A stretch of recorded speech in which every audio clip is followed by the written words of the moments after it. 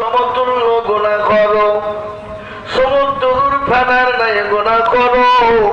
আর একবার যদি বলে আইয়ুহাল্লাযীনা আমানু তুবু ইলাল্লাহি তাওবাতান নাসুহা, মাবুদ গো আমি অন্যায় করেছি, তওবা করলাম, তওবায়ে নাসুহা করে নিলাম, আর জীবনও কোনোদিন অন্যায় করবো না, কোনোদিন ত্রুটি করবো না, কোনোদিন ভুল করবো না আল্লাহ, আর জীবনও কোনোদিন নামাজ ছেড়ে দিব না। আল্লাহ বলে বান্দা তুমি যদি পাহাড় সমতুল্য গুনাহ করো, আমি আল্লাহ সেকেন্ডে পানি করে দিই। আল্লাহ কত বড়, অথচ সেই মুসলমান আল্লাহ ছিলেন না, ছিনে কথা কন। আজকে যদি মুসলমান আল্লাহ চিনত, আজকে মুসলমান যদি নবী চিনে নিত, আর যদি মুসলমান আল্লাহ তার রাসূলের আইন অনুগত করত, আল্লাহ এবং রাসূলের বিধানকে যদি জীবনে ফিট করত, মুসলমান গোটা পৃথিবীর বেঈমান যদি একদিকে হয়ে যেত, মুসলমানদের কোনো ক্ষতি করতে পারত না। আজকে আল্লাহকে না মানার কারণে আজকে বেঈমানরা উঠে পড়ে লেগেছে, লাগেনি ভাই? কথা কথা কেন?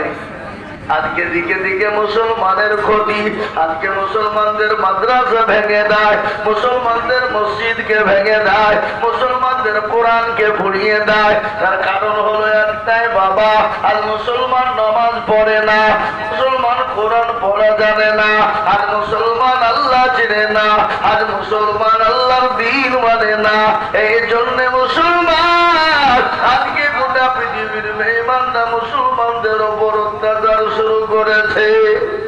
কিন্তু শুনেলেন, মুসলমানরা যদি মসজিদ মুখী হয়ে যায়, মুসলমানরা যদি দিনমুখী হয়ে যায়, মুসলমানরা যদি কোরআন মুখী হয়ে যায়, পৃথিবীর সমস্ত বেঈমানরা যদি মুসলমানদের অন্যায় করব বলে করতে পারবে না। আল্লাহর কোরআন বলে দিল, হাক্কান আলাইনা নাসরুল মুমিনিন, যারা মুমিন, যারা মুত্তাকিন পরহেজগার হবে, আমার আল্লাহ বলে বান্দা তোমার জান এবং তোমার মাল, তোমার জীবন এবং যৌবন, তোমার সমস্ত মাল জানের দায়িত্ব আমি আল্লাহ নিলাম। পৃথিবীর কোন বেঈমানের ক্ষমতা নাই ক্ষতি করে দিতে পারে। কিন্তু মুসলমান আল্লাহ, মুসলমান এতগুলো নিয়ামত ভোগ করে আল্লাহ, তারপরও আল্লাহকে চিনতে পারে না। আল্লাহ নিয়ামত কি বলুন তো? আমি আপনাদেরকে বলি, পা থেকে মাথা পর্যন্ত আল্লাহ একটা শরীর, একটা জীবন, একটা জান দিয়েছে, দিয়েছে না দেয়নি? এই জীবন, জান, যৌবন সব দেওয়ার মালিককে আল্লাহ। আপনাকে কত কোটি টাকার সম্পদ আল্লাহ দিয়েছেন, এটা আমরা উপলব্ধি করেছি? কোনদিন ভেবেছি যে আল্লাহ পা থেকে মাথা পর্যন্ত কত টাকা সম্পত্তি আমাদেরকে দিয়েছেন? কিন্তু কেউ হিসাব করি বলেন তো, এই শরীরের ভিতরে একটা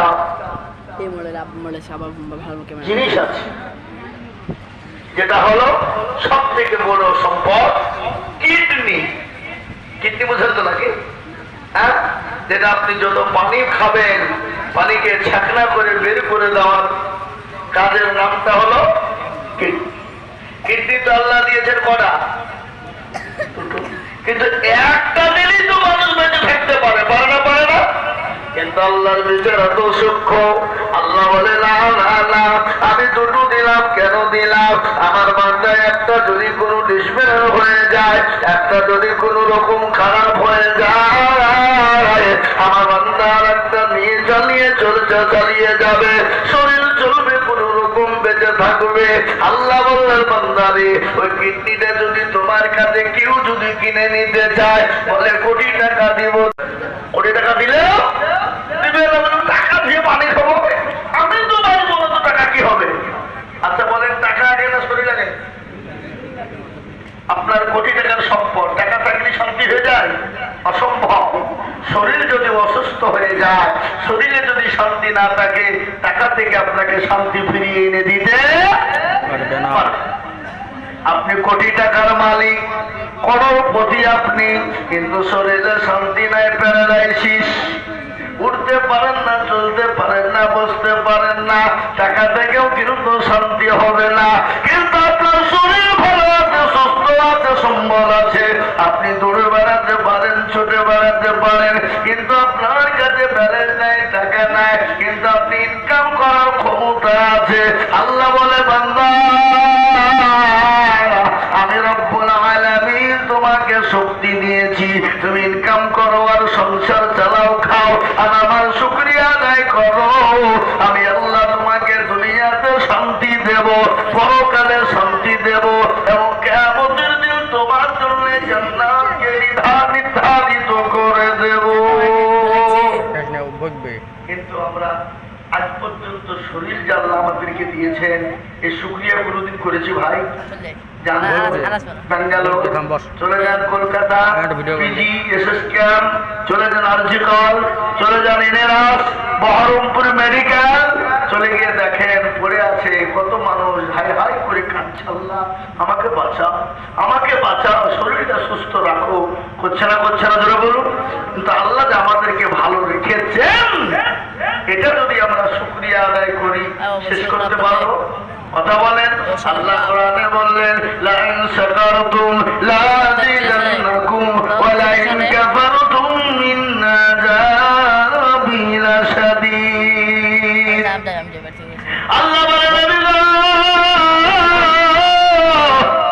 আপনি তাদেরকে বলে দেন, যেটা পেয়েছো, যেটা দিয়েছো, শরীর দিয়েছো, সুস্থ রেখেছো, তুমি শুকরিয়া আদায় করো, আর শুকরিয়া আদায় করে আল্লাহর হুকুম নামাজ আদায় করো, আল্লাহর বিধানকে মানো, আল্লাহর কোরআনকে মেনে নাও, নবীর সুন্নতের উপর চিন্তা করো।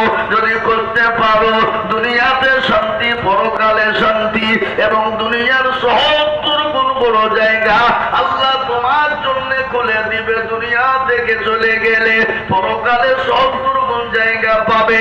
৮টা জান্নাতের দরজা তোমার জন্য খোলা থাকবে, যেদিক দিয়ে মন চাইবে তুমি ঢুকতে পারো, যেদিক দিয়ে মন চাই ঢুকতে পারো। কিন্তু মুসলমান শুকরিয়া আদায় করে না। আল্লাহর বিধান শুকরিয়া যদি আমাদের জীবনে থাকতো, তাহলে আমাদের এতটা কষ্ট জীবনে কোনোদিন হতো। কাকে বলবে? কবি বলেছে, তবে হামা দাগে দাগে সব বম্বা গুজা গুজা মে হাম, সারা অঙ্গে ব্যথা, কোথায় ওষুধ লাগাবো খুঁজে পাচ্ছি না বাবা, ওষুধ কোথায় লাগাবো এই জায়গা আমরা খুঁজে কোথায় পাচ্ছি না। মনে যদি প্রথম ধরে খুঁজে গিয়ে পাওয়া যায়, আর মলম দিব কোন জায়গা? আজকে আমাদের ভিতরে অনেক মানুষ আছে এখনো আমাদের নবী কে সেটা অনেকেই জানে না। কি বলছেন বলেন? সেদিন আমি একটা মোবাইলে দেখছিলাম,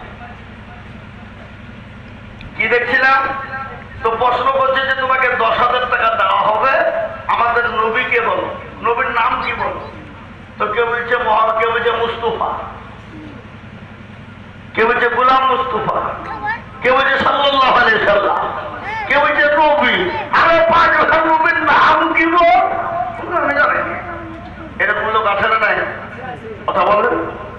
আছে। তাহলে আপনার আমার কর্তব্য জানা, ছোট থেকে নিয়ে বৃদ্ধা পর্যন্ত আমার রসুলকে, আমার নবীর আখেরি জামানার হাবিবকে। আমাদের দেশের অনেক যুবকরা ঘাই ঘাই করে বিয়ে করতে যায়, বিয়ে করতে যায় না, বিয়ে করতে গিয়ে মৌলবী দিতে বলে যে গল্পটা পড়ো, তুমি জানি, আর মৌলবী বুঝিয়ে দিবে, পাশে বুঝবে, তার পাশে আবার দোলা ভাই পিঠে হাত দিয়ে থাকে, ভয় না করে, হারাম খোর, ভয় করবে কেন? মুসলমান লাইও, মুসলমানের ছেলে নয়, দুলা ভাই আবার হাত দিতে পিঠে, আর দুলা ভাই তো এমনি যায় না, ও গামছা চুরি করতে যায়। কি কথা কর না কেন? হ্যাঁ, আবার এটাও আছে, দুলা ভাইকে যদি পাশে না বসতে দেয় তো বাড়িতে এসে তোলপাল লেখি দিবে। হ্যাঁ, আমাকে জামাই দিয়ে বানাই না, গন্ডই করে না, আমাকে ডাকি মানে ও গামছা চুরি করা হয়নি। আপনাদের দেশে সব নাই নাকি? সব দেশই আছে। জামাই মানে বিয়ে শালার শালি যাইতো দুলা ভাইয়ের বিরাট মজা, ও যাকেই চাইবে না, ও শুধু আনালো হবে, আছে না নাই? কিন্তু এটা কেউ জানে না যে শ্বশুর বাড়ি হোক আর বাপের বাড়ি হোক আর আত্মীয়র বাড়ি হোক 3 দিনের বেশি কুটুমতালি করা যাবে না। কি বলতে যাবে? কিন্তু এমনও লাইঠা পড়া জামাই আছে যে শ্বশুরের বাড়ি গিয়ে বছরকে বছর, দিনের কে দিন, মাসের কে মাস থেকে যায়, আছে না? কথা বলবে কেন? হ্যাঁ, এ বাবা মেলা আছে। যারা নতুন জামাই তারা বলছে জামাই বাড়িটা থাকাতে মানে কালী বাড়ি দিতে হবে। কি বুঝলে? জামাই শ্বশুর বাড়িতে সে 3 দিনে বেশি থাকা যাবে না। যদি 3 দিনের পর 4 দিন হয়ে যায় তার জন্য খাওয়াটা সদকা হয়ে যাবে। সদকা বুঝতে পারলেন না? আর সদকা কিন্তু সবাই খেতে পাবে না। যদি মসজিদে আমাদের যারা দেয় ক্ষীর পায়েস, দেয় না? আপনাদেরকে দেয় না?